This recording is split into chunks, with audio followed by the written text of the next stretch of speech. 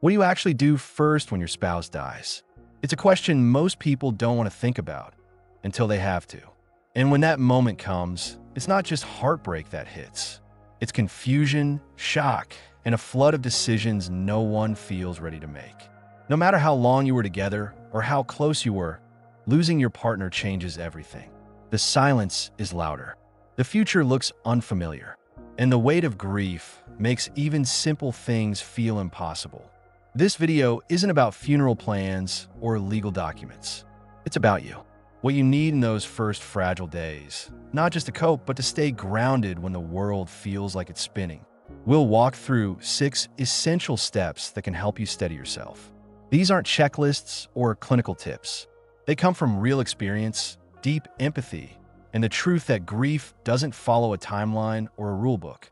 No, these steps won't take away the pain, but they will help you breathe, think, and slowly start to find your footing again. If you've lost your spouse or want to be prepared in case that day comes, stick with me to the end.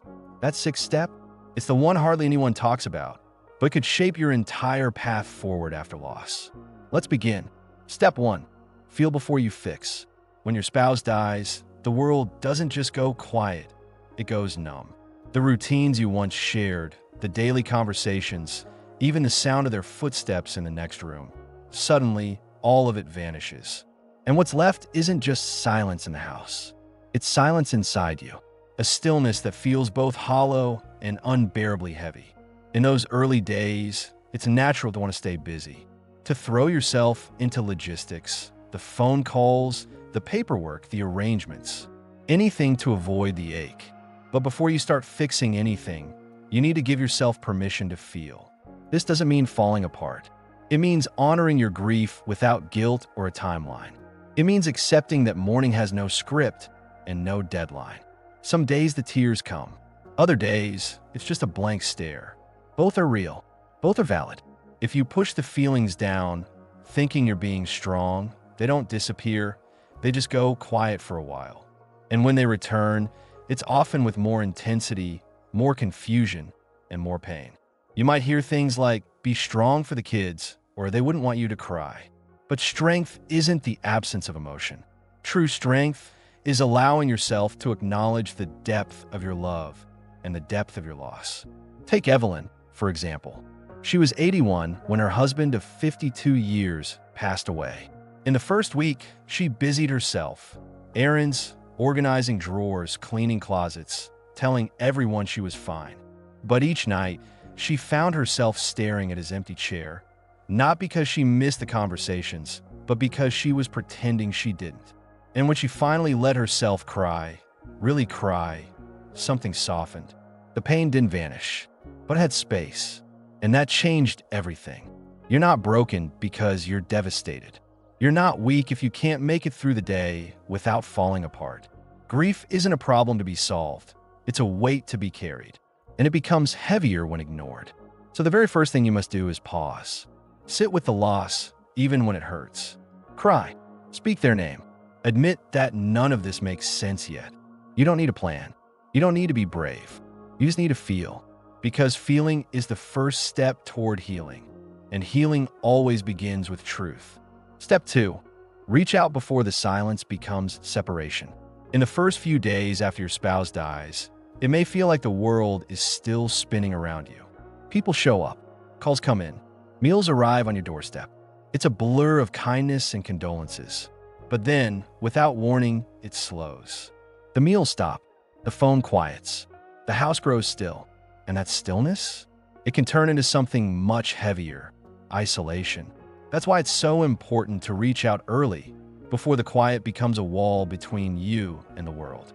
You don't have to bare your soul. You don't have to explain how you're feeling or make small talk you're not ready for.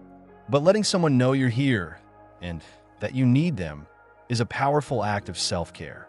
Here's the thing. Even the people who love you most often don't know what to say. They don't want to intrude.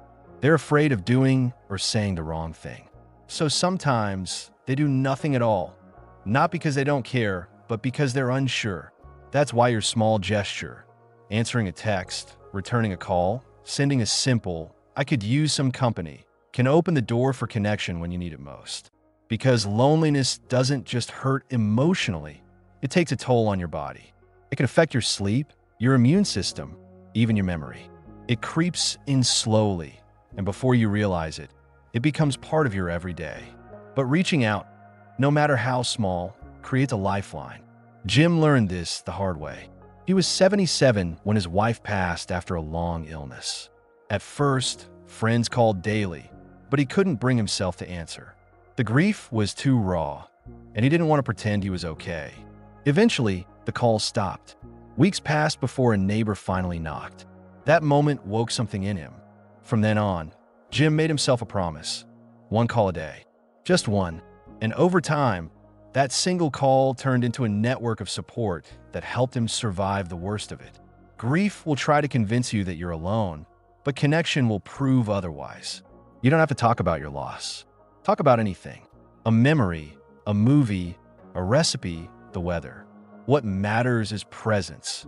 Knowing someone is there, that you still belong, that life is still unfolding even as you grieve.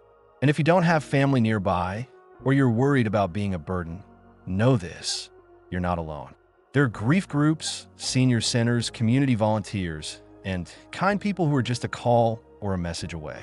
You matter, and someone is always willing to listen, even if you don't have the words yet.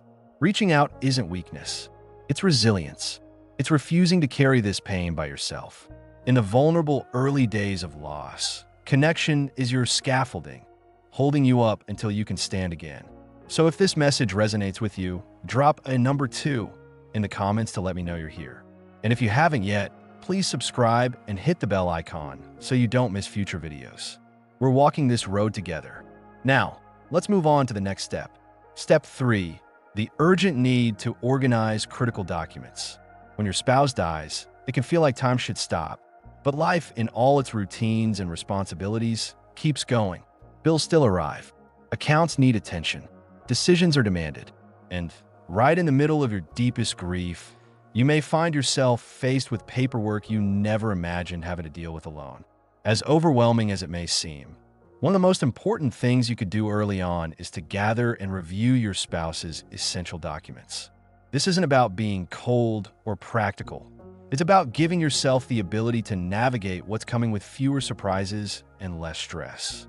Start by locating the key documents: the will or trust, life insurance policies, marriage certificate, death certificate. You'll need multiple copies. Bank and retirement account information, property deeds or titles, any pension or military service records, passwords, usernames, and login details. These documents hold the answers to a lot of the questions that will come your way: financial, legal, and personal. But trying to find them in the fog of grief can feel impossible. That's why this step is urgent. Not because everything needs to be solved immediately, but because knowing where things are before deadlines arrive will spare you unnecessary pain later. Let's take Harold, for example. He was 79 when his wife passed unexpectedly. She had always managed the paperwork. When she died, Harold had no idea where to find the life insurance policy. It took him weeks to stumble across it in the back of her sewing drawer. By then, he'd already drained part of his savings to cover expenses the policy could have paid for. It wasn't negligence. It was simply grief and a lack of preparedness. If this feels too big to tackle alone, ask someone to help. A friend, a family member, a financial advisor, someone who can sit beside you, go at your pace, and help create order out of confusion. A simple checklist can work wonders. So can a folder or binder where you keep everything in one place. Make copies. Write down account numbers and contact info. Jot down any passwords you can find. Think of it as building a guidebook for the days ahead. Not just for you, but for anyone who may need to help you down the line. Because grief doesn't only break the heart, it clutters the mind. And when everything feels like it's spinning, even one small step toward clarity can make a huge difference. This isn't just paperwork. It's part of honoring your spouse's life. It's protecting their legacy. And it's protecting you. You don't have to do it all in a day, but you do need to begin. Start small. Start slow, but start. Step 4, protecting your health, even when you don't feel like it. When your spouse dies, The heartbreak isn't just emotional, it's physical. Grief doesn't stay in your mind. It moves into your body. It disrupts your appetite, your sleep, your energy, and your immune system. And in those first few weeks, it can feel impossible to do even the most basic things to care for yourself. But this is exactly when it matters most. You may skip meals without noticing. You may lie awake all night or feel too exhausted to get out of bed. You may forget your medication or feel like there's no point in cooking, walking, or even showering. And while all of that is a natural part of grief, it can quickly become dangerous if left unchecked. This isn't just about staying healthy. It's about survival. Widowed spouses, especially seniors, often experience real physical symptoms in the wake of loss. Weight loss, chest tightness, dizziness, brain fog, or sudden health complications. Not necessarily because of illness, but because of the immense strain grief puts on the body. Stress hormones go up, immune defenses go down, and if you already manage a condition like high blood pressure or diabetes, grief can quietly make things worse. You don't need to be perfect. You just need to be intentional. Eat small, nourishing meals, even if it's just toast and fruit. Drink water regularly. Move your body gently. A short walk, a few stretches, sitting in the sun for 10 minutes. Go to bed at the same time each night, even if sleep doesn't come easily. These aren't chores. They're anchors, small actions that help you find stability in the storm. Margaret's story is a reminder of this. At 84, she lost her husband of 60 years. In her grief, she stopped eating properly and forgot to take her medications. One day, she fainted in the middle of the grocery store. It wasn't a heart attack. It was grief showing up in her body. With her daughter's help, she created a simple daily checklist: meals, meds, movement, rest. Slowly, her energy returned. So did her ability to cope. There's a phrase in grief care: when you don't know what to do, care for the animal in you. Feed it, water it, let move, let rest. These small, physical choices are not about getting over it. They're about staying here, staying present, so that healing, whenever it's ready, has a body to return to. And if you're struggling to keep track of your health, don't hesitate to check in with your doctor. Even just talking to a professional, getting your vitals checked, or discussing your medications can be a grounding experience. It reminds you still matter. Taking care of your health doesn't mean you're moving on. It means you're holding on to yourself. You're not just surviving this loss. You're slowly rebuilding from it. And that process starts with care, not just for your heart, but for your whole self. If this message resonates with you, drop a number 4 in the comments below so I know you're still with me. And if you haven't subscribed yet, take a moment to hit that button and turn on notifications. We're here to support you through this, one step at a time. Now let's keep going. Step 5. Resist the urge to make big decisions too soon. In the early aftermath of loss, it's completely natural to want change. Maybe you feel an impulse to sell the house, move closer to your children, clean out the closets, or make sweeping financial decisions. Anything to escape the weight of what's just happened. When your world has been turned upside down, rearranging your surroundings can seem like a way to take control of something, anything. But here's what many people don't realize until it's too late. Decisions made during the rawest part grief are often the ones they end up regretting. That doesn't mean those changes aren't valid or that you won't eventually make them. You might, but in these first few months, your heart is still adjusting, your thinking is clouded, and your instincts are often driven more by emotion than clarity. What feels like relief today can become another source of pain down the road. Take George, 76, for example. His wife passed away suddenly, and within 2 weeks, he sold their home and moved closer to his son. It made sense at the time. He wanted to be near family and escape the house that felt too empty. But after a few months, he found himself longing for his garden, the kitchen they'd remodeled together, the neighbors who had become his community. The move hadn't just taken him out of his house. It had taken him away from the pieces of his life that still grounded him. Grief needs space. It needs stillness.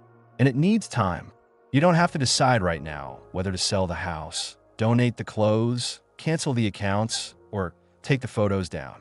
If anyone's pressuring you to do something, or move forward, it's okay to say not yet. This isn't about clinging to the past. It's about giving yourself the grace to heal before making choices that can't be undone. This is especially true for financial decisions. Selling property, closing investments, signing legal documents. These are things that deserve time, thought, and often the guidance of someone trusted and impartial. Whether that's a family member, a financial advisor, or an experienced friend, having another set of eyes can help you avoid acting out of fear, fog, or fatigue. Waiting doesn't mean you're avoiding life. It means you're honoring your capacity. You've already endured one of life's greatest disruptions. There's no need to add more instability by rushing into change. Give yourself permission to pause. Let the emotional dust settle. Trust that the decisions will still be there when you're ready. And when you are, they'll be made from a place of steadiness, not survival. If this part of the journey resonates with you, let me know by commenting number 5 below. And if you haven't subscribed yet, go ahead and click that button and turn on notifications because we're walking through this together, one clear, careful step at a time. Let's keep going. Step 6, the quiet work of rebuilding your identity. When your spouse passes, it's not just their absence you're grieving. It's the person you were in relation to them. You were part of a team, a shared rhythm, a partnership with its own language. Maybe you were John and Mary, or just we, the two of you against the world. But now there is no we, and that's a shift that runs deeper than a change in title. It can shake the very core of who you believe yourself to be. At first, this may not be obvious. You might be consumed with the logistics, arrangements, paperwork, calls, visitors, and just try to get through the days. But at some point, a quiet question begins to surface. Who am I now? And this is where many people find themselves unprepared. For years, maybe decades, your life revolved around shared routines, meals, decisions, dreams, even inside jokes that only the two of you understood. Without your partner beside you, your role has shifted. You're no longer the spouse, the caretaker, the other half in the way you once were. And it's not that your love has disappeared. It never will. But the foundation that love rested upon has changed, and so too must you. This stage of grief, the quiet, internal work of rebuilding your sense of self, is rarely discussed, but it's essential. This isn't about replacing what you had, but about evolving into who you're meant to be in this new chapter. It's about asking yourself questions you may never have considered before. What brings me joy now? What does peace look like for me? What do I want these next years to look like, even if they're different from what I once imagined? Take Irene, for example. At 82, she lost her husband after 55 years of marriage. In the beginning, she kept everything exactly the same, his slippers by the door, his coffee mug on the counter. She couldn't bear the thought of life without the we. But over time, she felt a gentle tug inside her to reconnect with something she used to love, painting. It wasn't to escape or to forget. It was to rediscover a part of herself she had lost touch with. It didn't mean she loved her husband any less. It meant she was still here, still alive, and still deserving of a life to live. You're allowed to change. You're allowed to grow. You're allowed to become someone new, even while carrying the memory of who you were together. Rebuilding your identity doesn't mean letting go of the past. It means honoring it by continuing to move forward with intention. Maybe this new phase means joining a class, traveling to a place you've always wanted to visit, or simply starting a new hobby. These things aren't replacements for the love you had. They're ways of responding to life and all the new possibilities it brings. You don't need to figure it all out in a day or even in a year. Rebuilding your identity is a journey that unfolds slowly, bit by bit, moment by moment. But every step you take, every new thing you try, is part of reclaiming your own story. You're not just who you were when your spouse was by your side. You are also who you are becoming day by day in this new chapter. And that person, the person you are becoming, deserves just as much care, attention, and love as the one who walked beside your spouse. If you're still with me and finding value in these insights, please comment number 6 below to let me know you're here. And if you haven't subscribed yet, go ahead and hit that subscribe button and turn on the bell so you don't miss any more helpful videos. Your support helps us continue bringing you meaningful content. Now, let's move forward. Final thoughts. Losing your spouse is one of the most profound losses you can experience. It's not just the person you love that's gone. It's the rhythm of your days, the familiar sounds of your home, the comfort of being truly seen without needing to explain yourself. Nothing prepares you for that silence, and nothing can fill it completely. But even in the deepest pain, there are small, human, compassionate things you can do to help you survive the storm and, over time, begin again. The 6 steps we've discussed are not meant to be rigid rules. They are anchors. They help you stay grounded when the grief feels overwhelming. Feeling before fixing, reaching out early, organizing important documents, protecting your health, resisting rush decisions, and rebuilding your identity. None of these are easy, and none of them can be rushed. But each one of them matters. You don't have to be perfect at this, and you don't have to do it all right away. The most important thing is that you keep going. And if you take away nothing else from this video, remember this: you are not alone. Others have walked this path before you, and many are walking it right now. Just like you, they are finding their way through a world where their hearts have been broken wide open. Grief doesn't mean your story has ended. It means a new chapter is beginning. It's a chapter you didn't ask for, one you never imagined, but it is still yours to write. And in that chapter, you get to decide what healing looks like, what love looks like, and what life can still become, even after the hardest goodbye. Thank you so much for joining us today. We'd love to hear from you. Please share one thing you've learned today and how you plan to use it in your life. Your thoughts and experiences are important to us, so don't hesitate to share them in the comments below. Reading your stories and insights is what motivates and encourages us to keep creating content that informs and inspires. If you found this video helpful, please like, subscribe, and share. Your support means the world to us. Thank you for watching, and we look forward to connecting with you in the next video.